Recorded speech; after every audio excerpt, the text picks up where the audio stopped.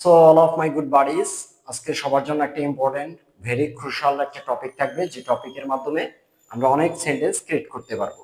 Mainly টপিকটা হচ্ছে আমাদের have to, has to, right? আর এই দুইটার পাস্ট ফর্ম হচ্ছে হ্যাড টু। তার মানে হ্যাভ টু, হ্যাজ টু অর্থ হচ্ছে হবে, সামথিং হবে, কোনো কিছু করতে হবে। যেমন have to eat, has to eat, খেতে হবে, পড়তে হবে, এরকম। আর যদি পড়তে হয়েছিল, খেতে হয়েছিল, তাহলে আমরা ইউজ করব হ্যাড টু।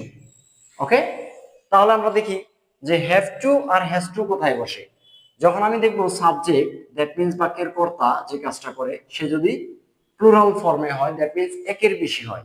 যেমন দি অর্থ কি? তারা, ওই অর্থ আমরা, তাহলে কি এগুলা একের বেশি, রাইট?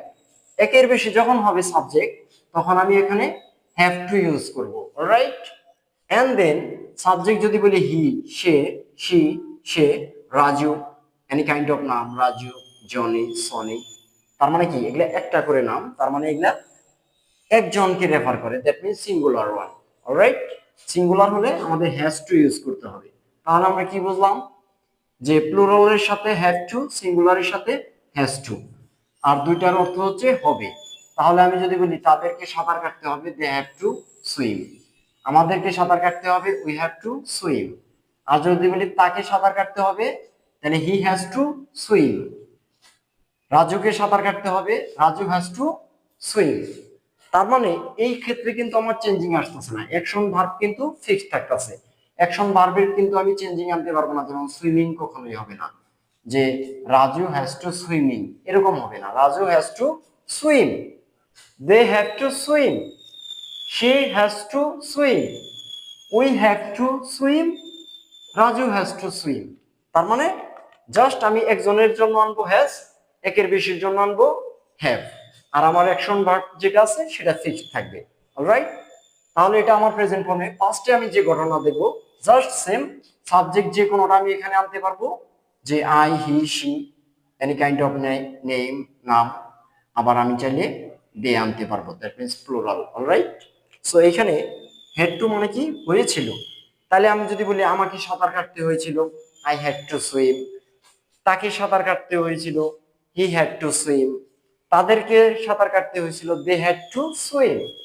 ফাইনালি আমি যদি বলি মুনিরকে সাঁতার কাটতে হয়েছিল, Munir had to swim. So আমরা বিষয়টাকে ওভারভিউ করলে কি দেখতে পাই? দেখতে পাই যে have to, has two present ফর্মে, হ্যাড টু হচ্ছে পাস্ট ফর্মে।